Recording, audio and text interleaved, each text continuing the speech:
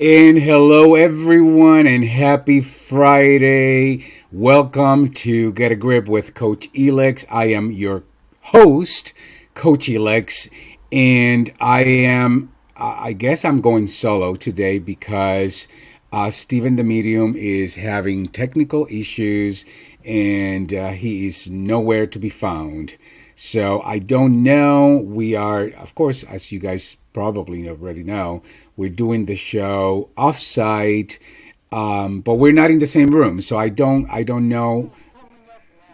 Oh, thank God, because I mean, I sort of need him because today's conversation was a whole lot to do, with conversation that Stephen and I had, an experience that we had very recently, and I wanted to have him be my guest of honor today. I mean, he's the guest of honor every week. Hello.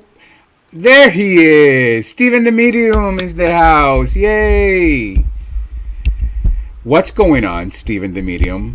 Why are you having issues? Oh, Stephen the Medium was here and then he left. No, I'm here. I'm here. Okay. Good afternoon. I'm here. Oh my God, I almost threw this laptop out the window. Just saying. And the reason you're using the laptop is because when you use your desktop, it actually cuts me off. So, And that's why I mean the desktop is so easy. With like a second, it's everything's up. But but like you said, if I go on, then I'm on and I'm running Get a Grip with Coach Elix because it knocks you off. I don't know how, but the important thing is I am here, so we're good. that is right. We're here. So, Stephen, how are you? I'm excellent. And why are you It's excellent? Well because I'm breathing. How's Well, that for an answer? that's actually a very good reason to be excellent. I'm excellent because honestly, Stephen, if I look out and I feel fall is in the air. Don't you feel Yes. that? And Yes. I love it. I Me too. fall is my favorite time of the year. Followed closely by Christmas, so I get back to back holidays. But fall, oh my God, I love the fall. And while we are not seeing changes in colors yet, but you can still feel the air is very crisp and cool and foliage, and I love all of it. And I know And you this do is too.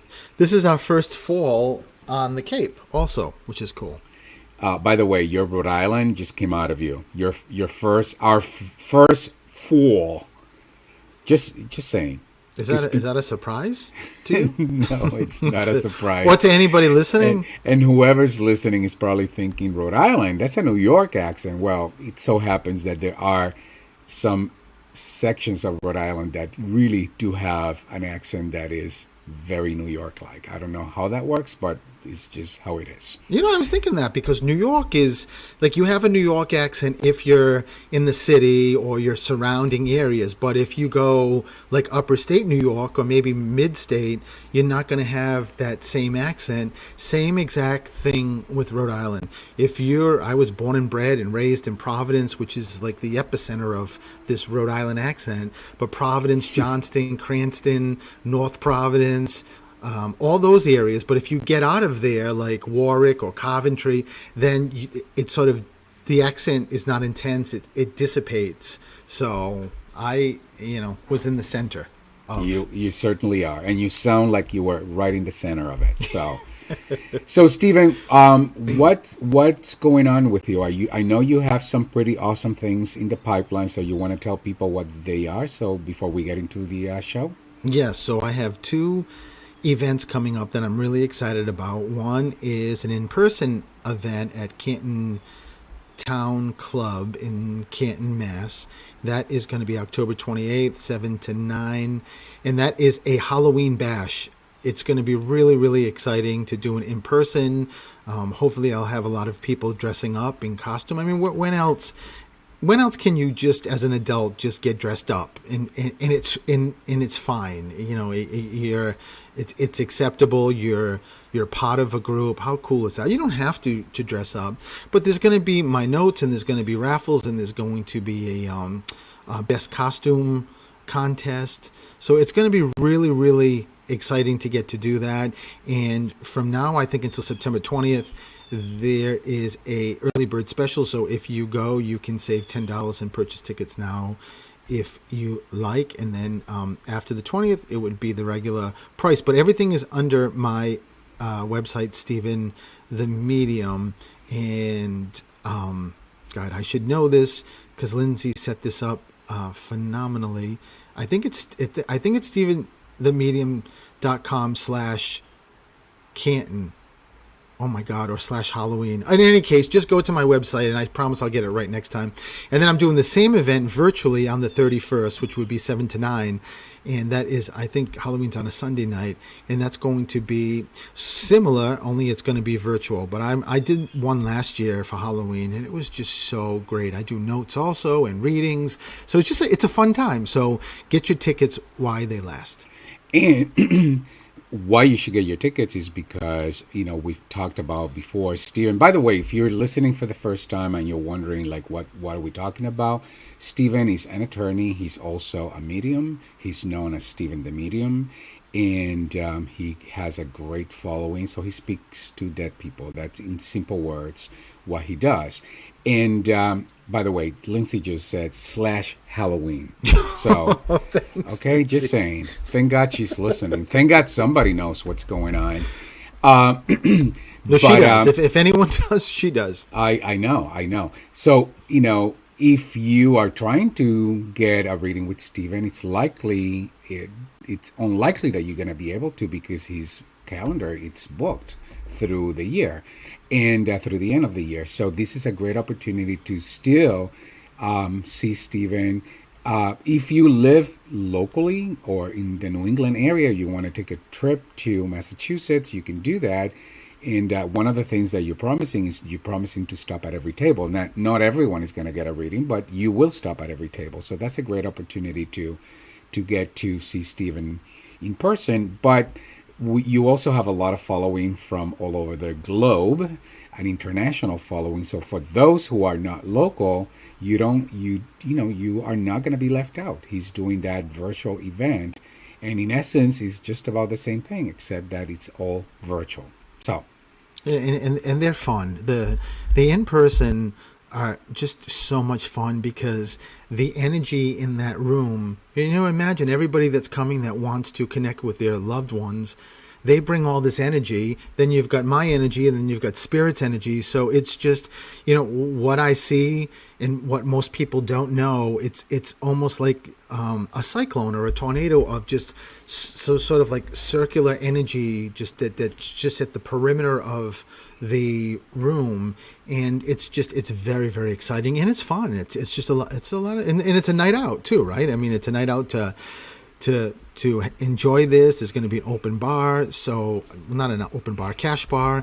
So it's going. I mean, everybody probably the tickets would have been sold out if I said open bar, right? yeah, seriously. I hope people are didn't just listen to that and hang up to buy tickets because it's not going to be an open bar. Just saying. No, it's a cash bar, and you need cash, but there is an ATM on site also. But it's just for a Thursday night right before Halloween. I mean, how much more of being in the Halloween spirit can you be that with 3 days later is Halloween, and then you can do both. Even if you come to the event, you can also do the virtual, or if you're not local, you can just register and come to the virtual Halloween. And I do the same thing. I just start picking people, or actually I start telling people who's here, and ultimately figure out who it is and just pull them in the front spotlight on Zoom and do a reading. Yeah. So no matter what, it promises to be a great time, and you get to meet us both, whether you do that in person or virtually. So let's move on to today's show. Today's show is a show that was born out of a conversation that Stephen and I had this week, and it was one of those aha moments for Stephen. And and the more we talked about it, the more we thought, this would be a great subject for a conversation during my show. And it's about recognizing the mask that we wear. And now, of course, we're not talking about the COVID mask that we have to wear that we've been wearing for the last 2 years. That's not what we're talking about. We're not talking about the mask that that likely for those of you who will be dressing up for Halloween are gonna put on to celebrate Halloween. We are talking about more of the metaphor of, you know, those masks that the emotional mask, if you will, the mask that we hide behind because of fear, among many other things. The metaphor of wearing masks is not new. You know, as I just said, we've been using them to protect ourselves, protect, ourselves from being vulnerable and protect our inner true selves. So this is going to be a great conversation. And I said to Stephen, I want you to sort of see this as, you being my guest and sort of navigating the conversation together, because it was really actually very inspiring, going through the process with Stephen and really understanding and listening and talking about, the mass that we use, to protect ourselves, and sort of exploring it together. And it was something that was like one of those aha moments. Things that are hidden from your view, things that you don't know, yet they're there. They're getting in the way of everything that we do, and that's perhaps the the essence of why having this conversation. Those emotional mass, for many of you, you don't even know that you use them, that you wear them, and there's a whole lot of richness in sort of gaining some self-awareness as to what they are, number one, and why it is that you're holding on to those masks to protect yourself. So we're going to dive deeper into this conversation. If this resonates with you, and it likely will, because most of us rely on masks to protect ourselves, these emotional masks to protect ourselves. So if this resonates with you, I want you to stay with us, tune in, and we're going to dive deeper into conversation as soon as we come back from the break. For now, we're going to take a break. If you want to call us, join the conversation, 508-222-1320. We'll be right back.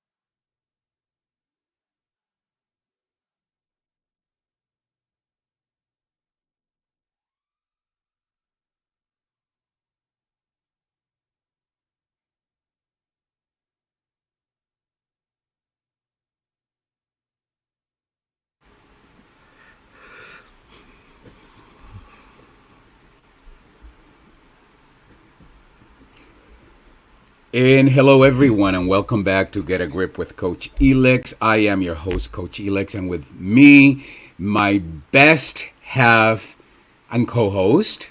Stephen, the medium. Elix, I think we should record these breaks because I think these breaks are hilarious. For some people, they may not be hilarious for everyone. So, anyways, moving along, we are talking about, emotional mask, the emotional mask that we wear, that we put on to hide behind because of fear. These are masks that we use to protect ourselves. And examples of some of the masks, that we use. For example, if we feel insecure, we might hide behind the mask of name dropping. If we are unsure of our power, we hide behind the mask of being a bully. If we don't think the world loves us, we hide behind the mask of anger. We mask the debt we incurred to pay for lifestyles that we cannot afford. We pretend things are fine at work when our jobs are on the line. We pretend things are okay in our marriages when there is distance, when love is missing, when joy is no longer present. Once we decide to put on a mask, we become what we imagine someone else thinks we should be. And we end up without a self of our own, which leads, by the way, to living a very inauthentic life, which leads, by the way, of living a life that it's missing fulfillment, satisfaction, happiness, love, joy. And we could go on and on and on and on. By wearing these masks, we close ourselves from authentic relationships. In fact, some of these masks are designed to keep everyone at bay from our authentic self. And we stay stuck in the scabs of our childhood wounds. And trust me, I know that one quite well. So the question is, that sounds pretty terrible, right, Stephen? Yes. So the question is, why? Why do we wear masks? And there's many reasons for wearing masks. And by the way, I'm not saying that there may be times where wearing a mask is not appropriate. There may be times where wearing a mask could be very positive. But there's many times where it's also very negative. And some of the reasons, where it may take it to a negative space is when you're using that mask because it's sort of you're protecting yourself, or you're dealing with that imposter syndrome, that fear that the world is going to find us out. And by the way, we all, to some extent, we all deal with that. Like, I'm not that. What if they find out that I'm not as good as they think I am? We use them. The masks become negative when we use them to hide fear, or to hide the anxiety that we're feeling, or to be liked, or to be accepted, or to hide being vulnerable. Think about how often we put that mask to sort of like pretend that we are strong because we don't want to be vulnerable. When in fact, being vulnerable is what we need in that moment. And we hide, we use the mask to hide also sadness, depression, anger. So many of us go through life thinking that we're not good enough, interesting, beautiful enough, rich enough, or successful enough. And the mask is our go-to tool to sort of keep us safe, if you will, from what others might think, or what we think others might think, perhaps most importantly.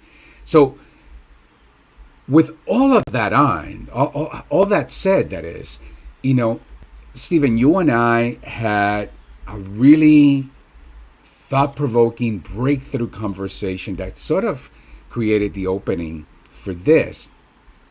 So I want to sort of bring you in and ask for your perspective as to what, given everything that I just said, as to why it's not a good thing to hold on to those masks. Why do you think we put those masks on, Stephen? Well, I think for each person, there's a different reason. I think there's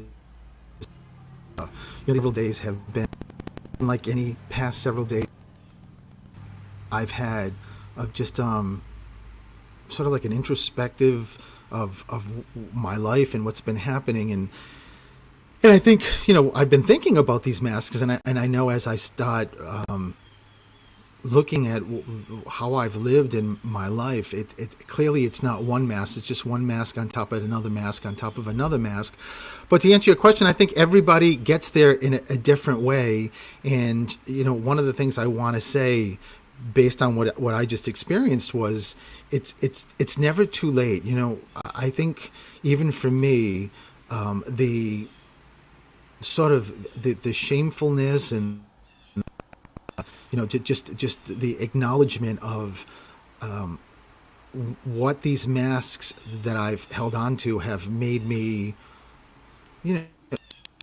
react to people, to behave with people, all kinds of, just various different, relationships and whatnot.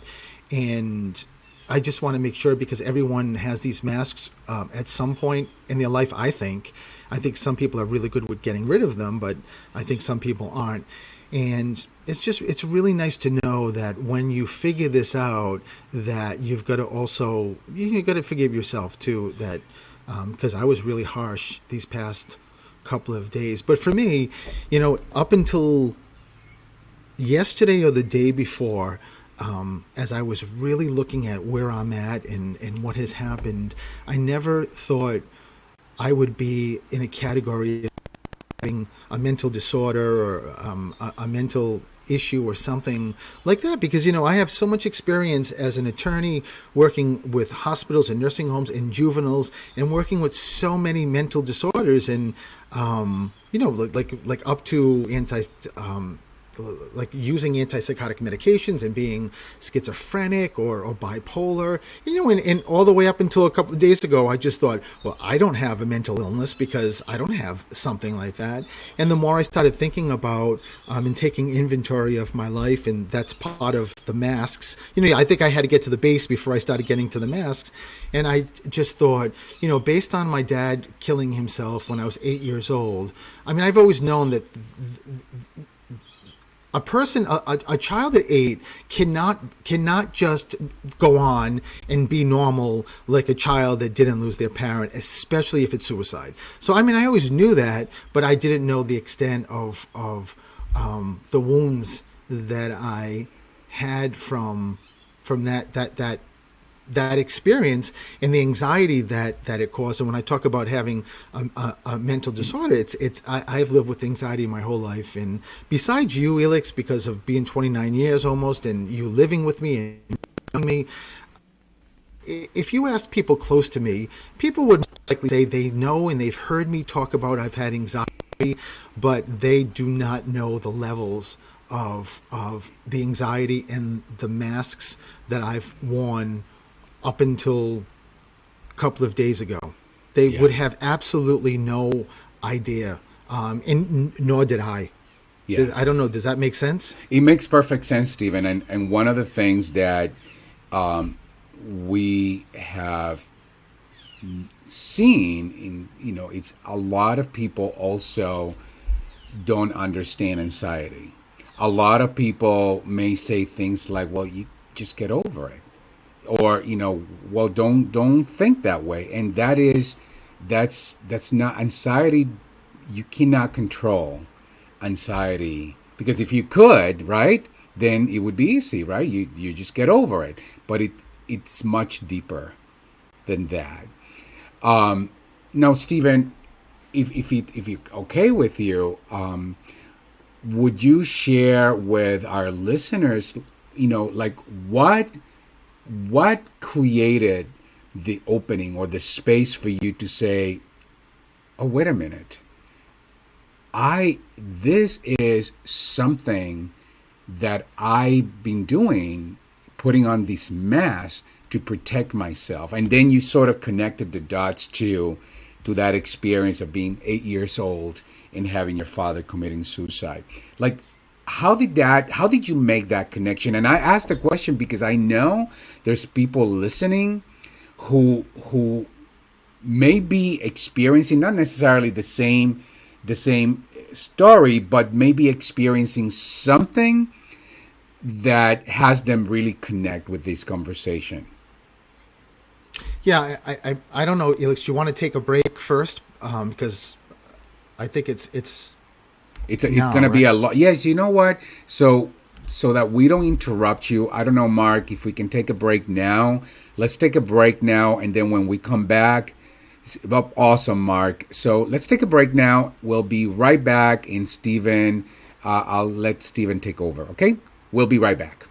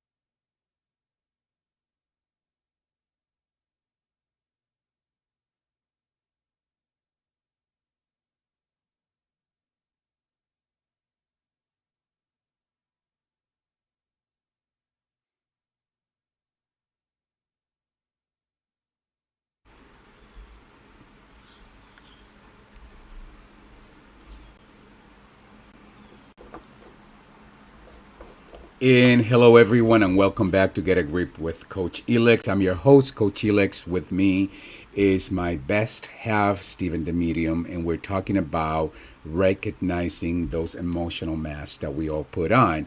And before the break, I asked Stephen how, like, what was the catalyst for you to, number one, recognize your mask and connect the dots, connect it to those events that you've been holding on to, in specifically your father committing suicide at the age of 8.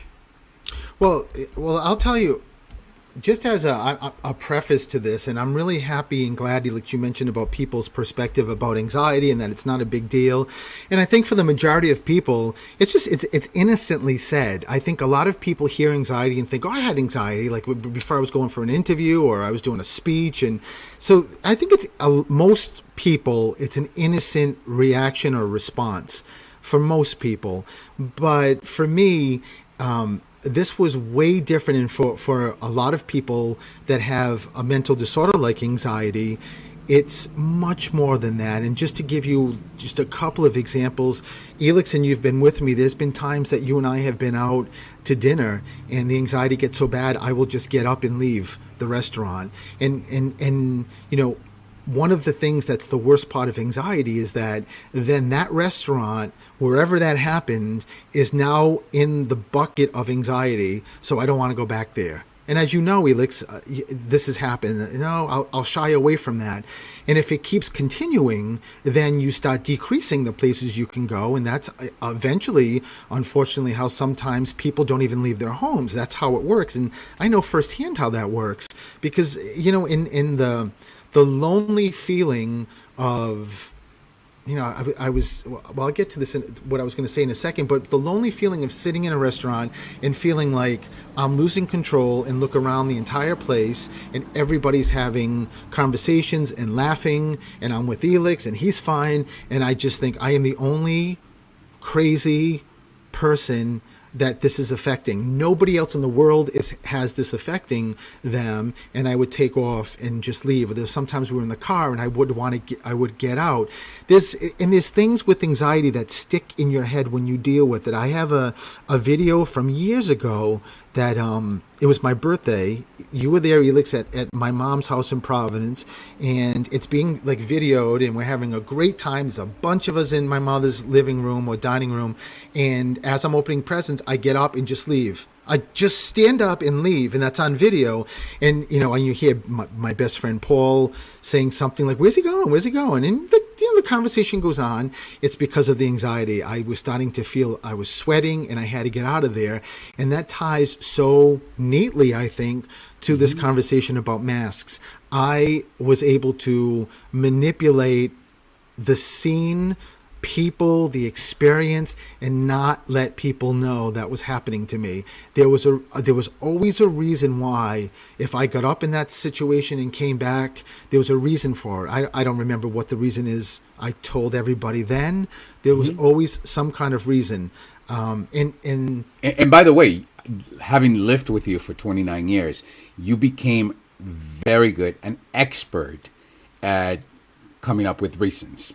Yeah, and you know what and it's the masks. Yes. Those reasons are the masks I was putting on. But there's so much more to it. I remember in Puerto Rico, one of the years we went there, all of us went out. This is when we first met, maybe the first couple of years in, and your cousin was dating a guy, and I remember we were in this place, and of course I'm warm, I'm having anxiety, and I remember this, you know, your cousin's a date or boyfriend at that point, I don't remember. I remember him looking at me and saying, "You're sweating." And the fact that he actually pulled that out or announced that, I remember I never talked to him again. And I remember he was sort of like, as the night went on, and it wasn't much more of the night, but I do remember anytime he said something to me, I completely ignored him, because that was... the feeling I got was you're pulling off my mask. Like you're trying to unveil something. You're trying to reveal something that I am very good at covering up. And I guess the way to say it is, when you have those masks on and you have a threat of those masks being pulled off, it's open game, Elix. It's just being, you know, it can be vicious. It can be just like knock people out of your lives. I mean, I know that I've lost relationships because of this. I remember when I was taking a tax course, when I was in law school and thinking of whether I wanted to combine the tax with law. I remember this woman, and you maybe remember this, Elix. This woman was sitting next to me. This girl was sitting next to me who I was very friendly with, and I remember she said during class, will you stop? I guess I was very quietly burping, and she, I guess maybe I didn't eat or whatever, and I remember her saying, will you stop that? That's all you do. Well, never talked to her again. She called me. No, I just 86'd her out of my life. It was over. It was all about these masks that were really hiding the event that happened when I was 8 years old, and it's almost like a neon lights that says you're not good enough. How, an 8 year old cannot process a parent, a father committing suicide and leaving their son. There has to be something wrong with me. And then again, when you add I'm gay, and I don't know if 8 years old I knew I was gay, I knew I was different. I mean, probably did. Then that's a whole nother layer that's just added to the issue. But from that stage on, and when I talk about the pre-8 and post-8, that stage on, it was, my life changed, and it was, I was so familiar with masks, and pre my father's death, I didn't know what a mask was except for Halloween. But post my father's death, I think if you had someone who was well versed in, say, shoes, and loved every shoe in every brand, and had a house full of shoes, that would be me with masks. I just had masks everywhere. I mean, like these invisible masks. But Stephen, let me ask you this: Why? What was it? What was different this time? What triggered this time for you to say, "Wait a minute, I must do something differently"? I love that. I love that question. I know you asked that, Elix, and I guess I just, in a long-winded way, was trying to get there. But I wanted to make sure people that either are dealing with this, or people that know people that are dealing with this, that it's either will give you a more compassionate perspective, or the person who's dealing with this feels they're not alone, and there is a way out. But to answer your question, I have been through a lot of therapy over the years, and over the past couple of years, especially with the mediumship coming out, I think I know the mediumship piece just has pulled everything that was under the surface out, and it's been a slow progression. And it's been an accumulation. It's sort of like, Elix, when you have a mental disorder like anxiety, it is like you are in, with those masks, you are in the bottom of this hole, like a well. You're in the bottom, and to get out, it's not bing bang boom, you're out. You, even when you're in therapy, and look how long it's taken for me, it's like someone throws you the ladder, and then you can see the light, but it's going to take a while to get to that light. So, answer your question, it's been an accumulation. I think I've been getting closer and closer and closer. I have finally, up until this week, I've known what's going on, but I still wasn't there yet.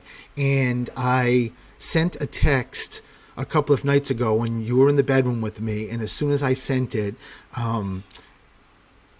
it was the defining moment for me. As soon as I sent it, I just broke down, and it's almost like I started ripping the masks off, and it was a game changer. And one of the most incredible things about that experience, and it was a text to our amazing, and I hope she doesn't mind me saying this, amazing brand manager, why both of us look so good, Lindsay.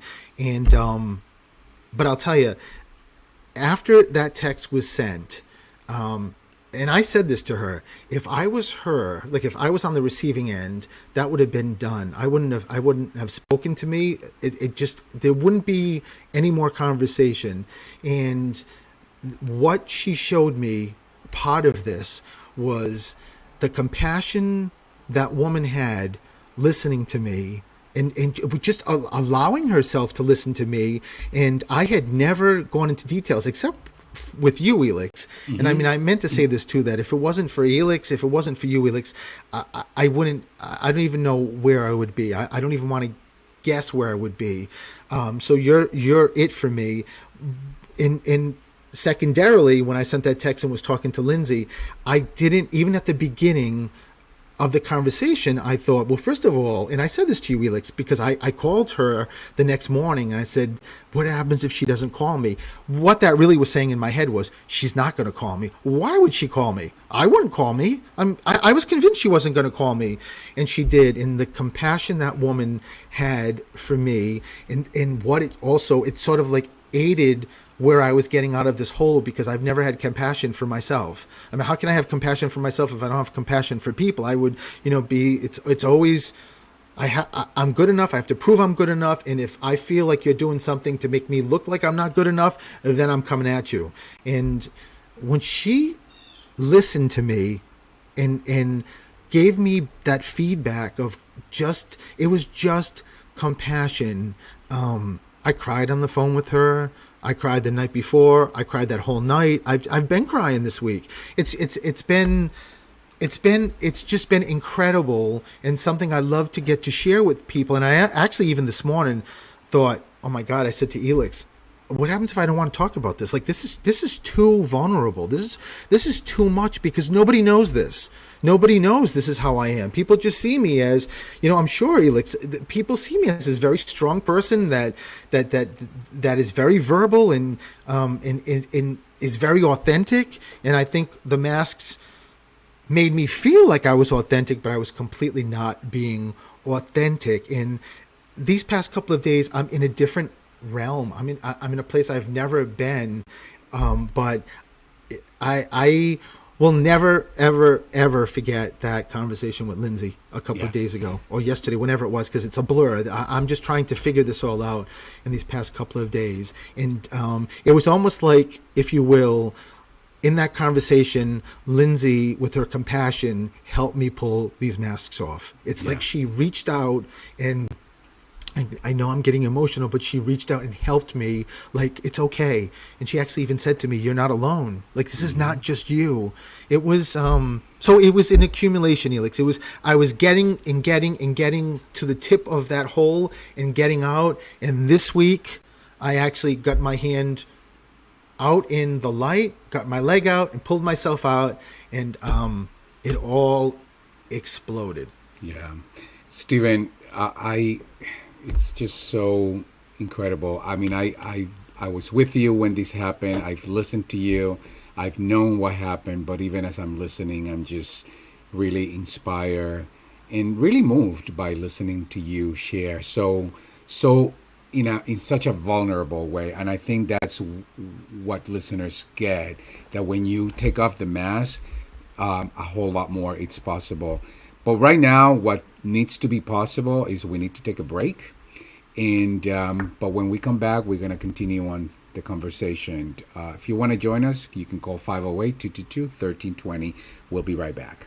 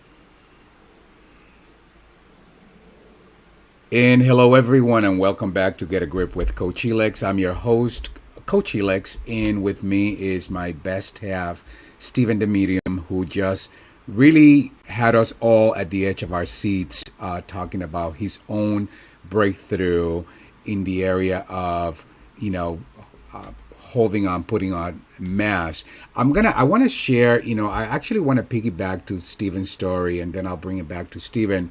I'm going to give you a visual, sort of like an exercise. It comes from Tina Williamson, who is a student of Buddhism, meditation, and yoga.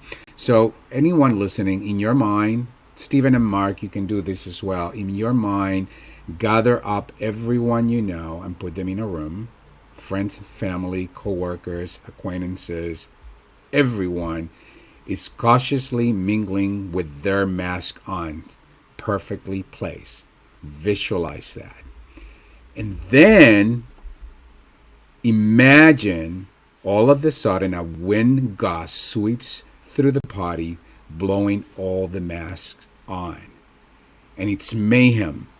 All the faces are exposed, maybe even for the first time. Wrinkles and all.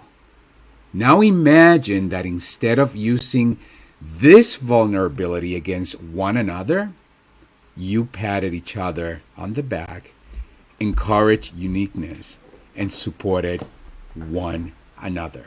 And I say that, Stephen, because as I'm listening to your story, Lindsay and that experience was that wind gust that took that mask off. Go ahead, Stephen. Absolutely. And, why I wanted to also to share this. First of all, I've never been here. I've never felt the way I have, or the clarity of what has been going on with me. But when I just think of my best friend, my cousin, people that are very, very close to me, if they listen to this show, I guarantee you they will be very, very surprised. That's how well these masks can work and how much you can manipulate things. But and I also wanted to share this because I know there's so many people that deal with anxiety and panic attacks and everything that goes with these mental disorders, and that even if you're, number one, you're not alone, and number two, that even if you, like myself, have had this for so many years, that you can get better, you can do better. And there were times throughout all these years that I just thought nothing's ever going to change. This is what I deal with, and this is how I deal with it, and I'm never going to be able to change this anxiety. It's just just accepting of it, and you have to kick and scream against this. And there's definitely many ways to get help, whether it's behavioral therapy or medication, whatever the case may be. But just, I think just knowing and starting from a place that you're not alone, because there's hundreds of thousands of us that are dealing with this, and so many of us that hide it, that you don't know. Your neighbor, a cousin, or anybody who's close to you may be dealing with this. But one of the things I realized too is that when you deal with this and you have these masks, clearly, your gifts, like what you're brought here on earth for, to learn, but you also, like, each one of us has our own gifts, which is amazing. They're like thrown in mud when you're dealing with something like this mental disorder and anxiety, because if you're not authentic, you may get half your gift. You may get, if you're lucky, 3/4 of it, which is probably too high. It's just going to be hidden. And I know that is one of the reasons why I didn't know I was a medium until later in life as an adult, because of the way I was living my life. And one of the best things, besides the conversation with Lindsay, and as I mentioned, I will never ever forget that compassion that she gave me and helped me. But I also had a conversation that day too, in addition to Lindsay, with a very good friend of ours, Deborah, who Elix introduced me to, who I love. And another one that was just, it was like talking to Lindsay and talking to Deborah besides Elix was like a safe haven. Like I could just open up and be vulnerable. And I know Spirit put these two people in front of me because they knew that that's what I needed. But I remember Deborah saying to me that, because I was telling her about how hard I am on myself and everybody else, and I always have my fists up. That's how I live my life. I'm ready. I'm ready to fight, because if I feel like you're not, you're making me feel like I'm not good enough, then the fists are ready. Then they're not down, like they're up. They're ready. They're always ready, and that's how I lived my life. But I remember Deborah saying to me, "It's Stephen. It's like one of your hands is holding a hammer, just to hit yourself in the head with it, just coming down on you, like really difficult, like very, very hard." And I said, it's actually, it's both. It's hitting myself. It's actually hitting other people first, and then hitting myself. And I remember Deborah saying to me, "But what happens if you let that hammer go, and now you have two free hands to be able to get on your path and move forward?" And that's something I will never, ever forget. And I keep every morning, in the past several days, it's just in my head that now I've got two free hands. It's like if you were doing a job and you needed two hands to do, but you only had one. I mean, when you get two hands, it's going to be so much faster and you're going to be more efficient. And Elix, you said to me, imagine if you've already accomplished everything you've accomplished, like with these masks. Imagine with these masks off, where are you going? And that is, it's when you said that also to me, Elix, that really was giving me the hope that I haven't had for many, many years. Are you still there, Elix? I'm here. My wish for all of you is that in listening to Stephen's story, the biggest golden nugget that you walk away with is that you realize that by identifying our protective mass, we can begin to heal from past hurts and enjoy deeper connections with our loved ones. And and there are many reasons we should remove our masks. Masks cover your fear of feeling acceptable. So when you drop them, you claim that self-respects. Masks block any real connection that is maybe possible with others. And when you drop the mask, you open the way for genuinely intimate relationships. And Stephen spoke about that, as he described how he felt in that conversation with Lindsay. With the mask in place, we remain static. And the truth is, for some of us, even remaining static, that doesn't mean that you're not going to have success. That doesn't mean that you're not going to do good things. But what it also means is that the moment you remove them, you can tap into that imagination, that creativity, which will lead to so much more. When we have the mask on, we are emotionally, we feel emotionally hungry, and we never feel satisfied because, those masks are designed to just keep the lid on, if you will. And when you drop them, your human need to be recognized and valued can be fulfilled. So taking off the mask, it's the courageous move to become your own self person, and it sets yourself free and make way for the possibility of living real and satisfying life. So Stephen, I could not thank you enough for being so willing to just share something so personal, yet so insightful for all of us to listen. And I hope this was as good.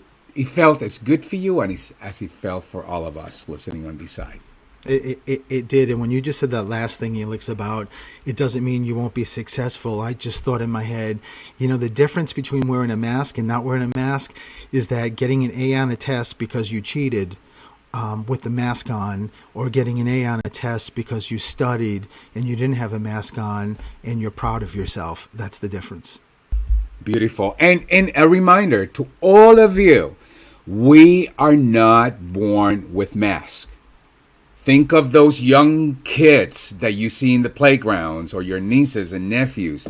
We are not born with masks. We put them on so that to protect ourselves. So that also means that we can take them off at any time. And that's what I'm inviting you to do starting right now. Take them off. Stephen, thank you so Yes. much for being, adding so much richness to the conversation today. Is there anything else that you want to add before we complete our show? Because we are almost at the top of the hour. No, I just, as long as people get that if you're struggling with this, that you're not alone, I think that is where we start. And once you get that, I think it gives you the rope to start climbing out. So, And again, you have a show coming up. yes, I have a show on the 28th of October, which is in person. It's a Halloween show, which I cannot wait to do, as well as the 31st. It's going to be a Halloween virtual show. And you can find everything via Steven the Medium. That's where I go with all social media. Dash Halloween. Guys, He already forgot that. So I did again. And again, I thank you all for tuning in and listening. And as always, Get a Grip with Coach Helix is now available as a podcast, so you can catch up and listen to your favorite live shows again and again and again. Just search for moi, Coach Helix, on Spotify, Apple Podcasts, Audible, in any podcast application. So thank you again. Thank you, Mark. Thank you, everyone, for listening. Have an amazing weekend, and we'll see you again next Friday. Bye, everyone.